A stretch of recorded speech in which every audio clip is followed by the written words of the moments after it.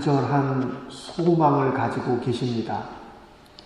하나님의 백성인 여러분 한 분 한 분을 향한 하나님의 간절한 마음은 그분이 여러분에게 복 주시기를 원한다고 하는 것입니다. 오늘 우리가 함께 읽은 민수기 본문은 제사장의 축복으로 잘 알려져 있는 말씀이지요. 루터 교회, 이 독일의 대부분의 교회들이 루터 교회이지요. 루터 교회의 전통에서는 예배를 마칠 때에 목회자가 이 본문 말씀을 가지고 축복 기도로 사용합니다.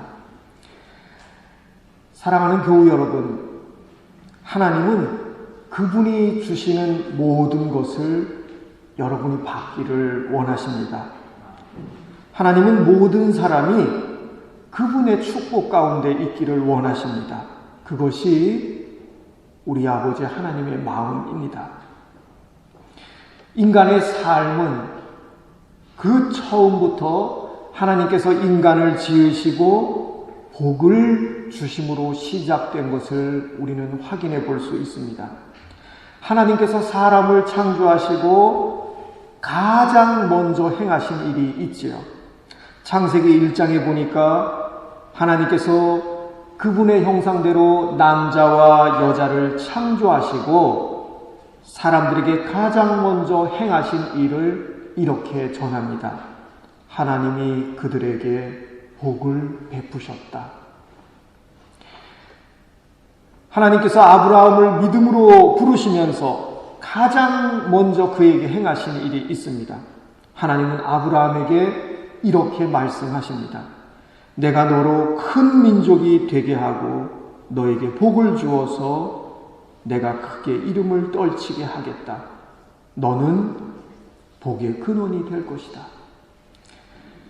하나님께서 아브라함을 불러서 가장 먼저 행하신 것도 그에게 복을 전하시는 것이었습니다. 하나님은 그분이 택하여 세우신 백성이 복 받기를 원합니다. 오늘 본문에도 하나님의 그러한 마음이 아주 생생하게 잘 표현되어 있는 것을 우리는 볼 수가 있습니다. 모세를 불러서 하나님 그분의 마음을 아론에게 전하게 하시고 그리고 아론을 통해서 또한 하나님의 백성들에게 들려지기를 원하십니다. 본문 말씀을 따라서 하나님의 백성인 성도들에게 여러분들에게 주어지는 약속의 말씀을 함께 살펴보려고 합니다. 첫 번째로 하나님께서 지켜주시는 복입니다. 오늘 본문에 하나님이 당신들을 지켜주시기를 원하신다고 하는 이 말씀은 보호하심과 돌보심을 나타냅니다. 여러분, 우리가 살면서 경험하듯이 무엇이든지 지켜지지 않는 것은 사라져버리고 맙니다. 우리가 건강을 지키려고 애쓰지만 또 그래야 하겠지만 사람의 생명이라고 하는 것이 얼마나 연약한지 모릅니다. 죽음이라고 하는 것은 멀리 있지 않습니다. 우리 어르신들은 죽음을 숨이 멈췄다 이렇게 표현하지요.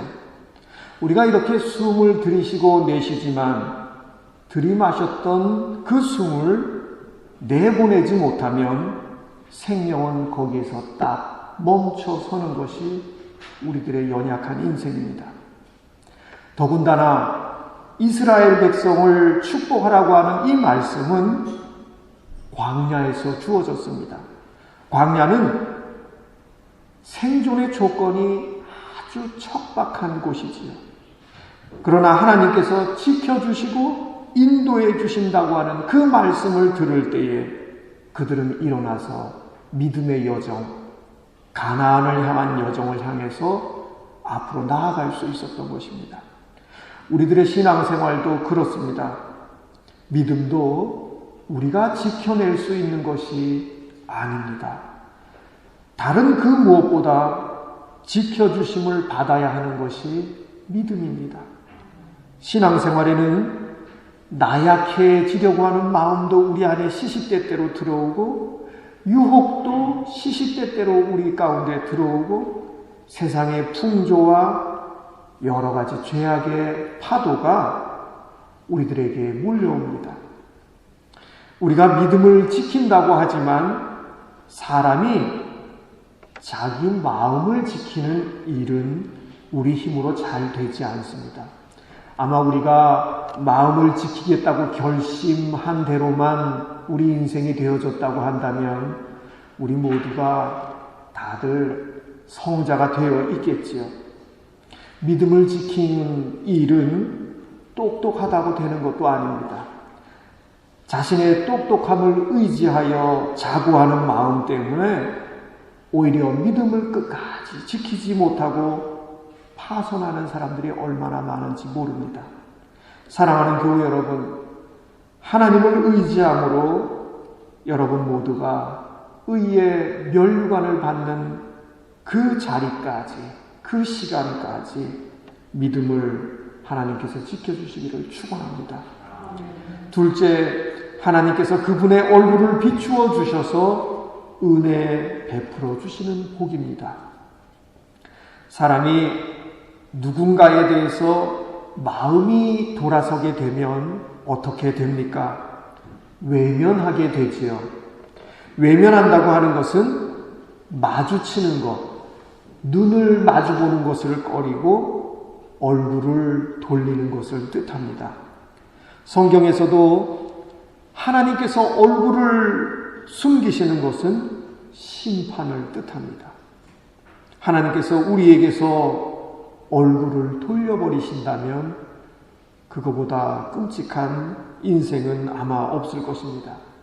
우리 한국 사람들은 유교적인 전통을 따라서 오복이라고 해서 장수하는 복, 부자가 되는 복, 건강하게 사는 복, 강령, 또 덕을 행하는 복, 유호덕, 그리고 다섯 번째, 허락된 명을 끝까지 다 살고 죽는 것, 고종명. 이 다섯 가지를 큰 복으로 생각했습니다. 그런데 성경은 하나님께서 우리 인생에 함께 하시는 것이야말로 복 중에 복이라고 하는 것을 가르쳐 줍니다. 요셉의 생애를 보면 우리는 성경에서 그 마지막만을 보기 때문에 그의 삶 전체를 보기가 어려운데 그의 삶을 성경이 이렇게 전해주는 것을 보면 참으로 거칠고 힘든 세월을 살았습니다. 그러나 하나님께서 함께 하시며 그의 인생을 붙들어 주시고 인도해 주시는 것을 봅니다. 그 형제들의 미움을 받아서 죽음에 내몰리고 노예로 팔려가게 되지만 그 눈물이 온 민족을 향한 구원의 길이 되도록 하나님께서 그의 삶을 지켜주신 것을 봅니다. 모함을 받아서 감옥에 갇히게 되지만 그 억울함조차도 구원을 위해서 사용하시는 하나님의 손길을 봅니다. 하나님께서 노여움이 아닌 분노하시는 얼굴이 아닌 여러분을 기뻐하시는 얼굴로, 다정하신 얼굴로 여러분을 바라보시고 여러분 모두가 그분의 은혜의 빛 속에 거하시기를 축원합니다. 세 번째, 평강의 복입니다. 평강은 성경에서 샬롬으로 되어 있는 것인데 우리가 너무나 잘 아는 화평, 평화를 말합니다. 하나님은 세상의 슬픔과 괴로움 가운데 있는 것을 원하지 않으십니다. 하나님은 그분이 지으신 피조물이 두려움 가운데 사는 것, 고통 가운데 사는 것을 원하지 않으십니다. 하나님은 우리가 참된 평화를 누리기를 기뻐하십니다. 하나님은 우리가 그분과 평화를 누리기를 원하시고 하나님은 우리가 세상에서 다른 하나님께서 지으신 동료 피조물들, 다른 사람들, 이웃과 평화를 누리기를 원하시고 하나님은 그렇게 우리가 평화를 이루며 살기를 원하십니다. 구약의 백성들은 하나님과 동행하는 삶을 살기 위해서 하나님과 화해하는 방법으로 제사를 드렸지요. 그렇지만 하나님은 예수 그리스도 안에서 평화를 이루는 새로운 길을 우리들에게 허락해 주셨습니다. 그것은 예수 그리스도의 십자가입니다. 그렇기 때문에 우리가 매 주일 나와서 하나님께 예배드리는 이 예배는 구약적인 제사가 아닙니다. 제사는 하나님과 화해하는 방법으로 드리는 것이지만 예배는 이미 예수 그리스도 안에서 우리와 화해하신 하나님의 은혜에 감사와 감격으로 나아가는 것입니다. 예수 그리스도 안에서 하나님은 우리에게 오셔서 막힌 담을 허시고 우리가 그분과 평화를 누리게 하셨습니다. 하나님과 화평하게 되는 이 복을 우리 모두는 바로 예수 그리스도 안에서 얻었습니다. 여러분, 사시다 보면 억울할 때도 있고 참 힘들 때도 있지요. 그런데 누군가 내 심정을 알아주고 내 이야기를 공감하면서 들어주고 그냥 아무것 판단하지 않고 내 편이 되어주는 사람이 한 사람만 있어도 사람은 마음이 훨씬 안정을 얻는다고 하지요. 그런데 하나님께서 여러분의 편이 되어주시면 어떻게 되겠습니까? 하나님이 여러분을 향해서 머리를 드심으로 평안이 넘치는 삶이 되시기를 축원합니다. 마지막으로 함께 생각하려는 것은 하나님께서 우리에게 그렇게 복을 주시면서 복이 흘러가기를 원하신다고 하는 사실입니다. 다른 사람들을 축복하는 사람이 되기를 원하십니다. 모세에게 말씀하시고 모세가 아론에게 전하게 하시고 아론이 이스라엘 백성에게 전하도록 요청을 받았던 것처럼 그렇게 하나님은 그분의 복이 하나님의 성도, 하나님의 백성을 통해서 흘러가기를 원하십니다.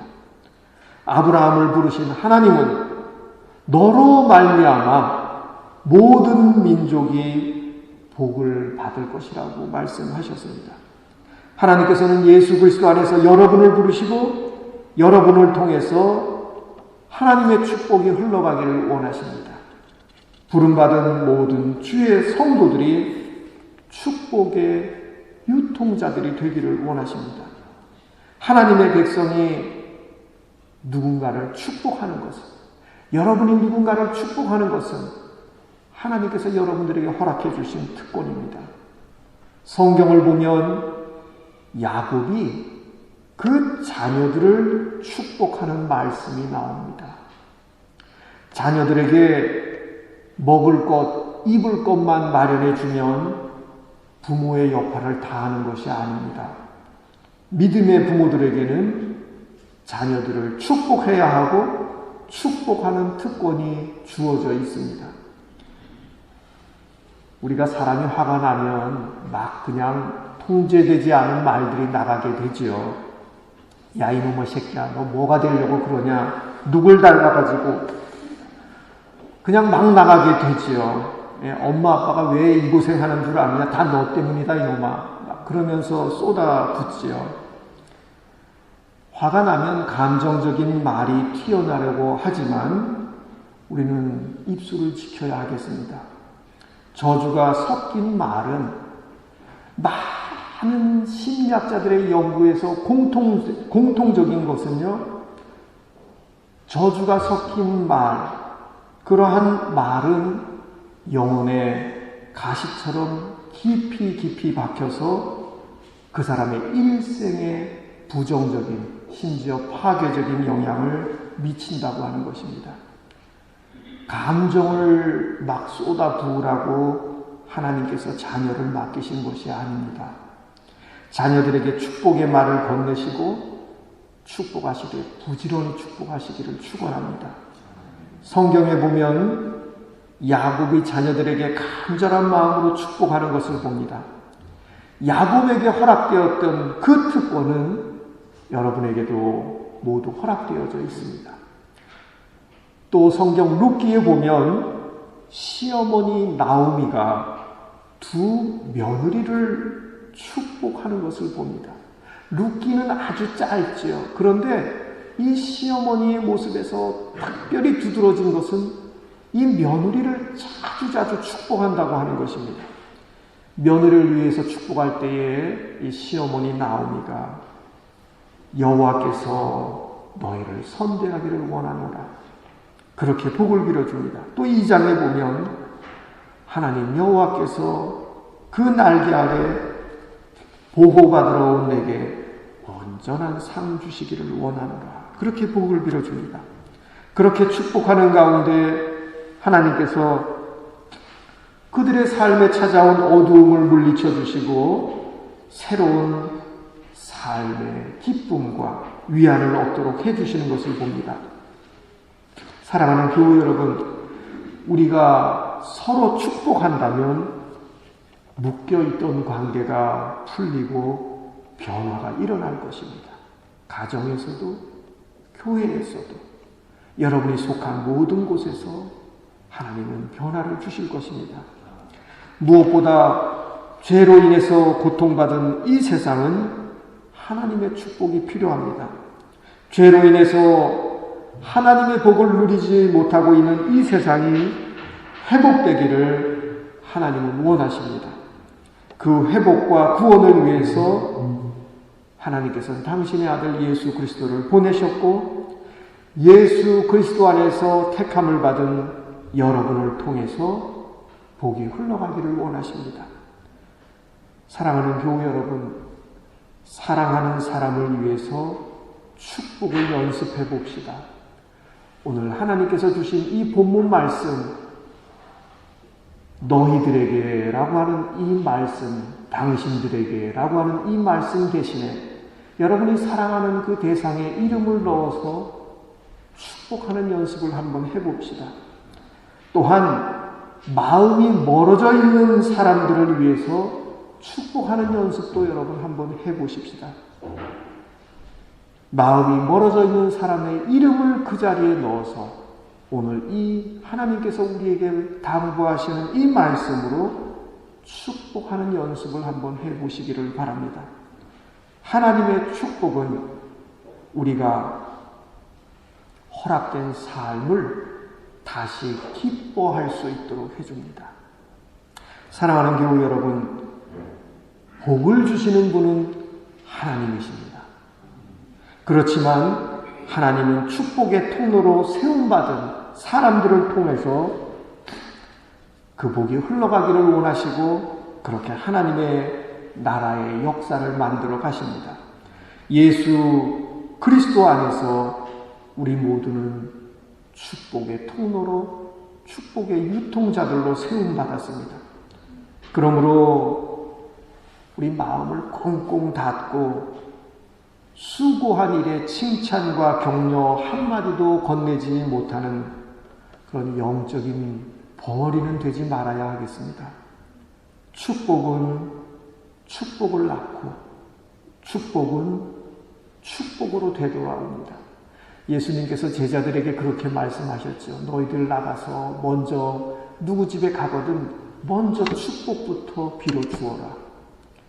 그 집안이 하나님의 축복을 받을 만한 그릇이 되지 못하면 그 축복이 너에게 되돌아올 것이고, 그 축복을 받을 만한 그릇이 된다면 하나님께서 그 가정을 축복해 주실 것이다 하면서 하나님은 축복의 통로가 되도록 예수 그리스도 안에서 우리들에게 깨우쳐 주셨습니다.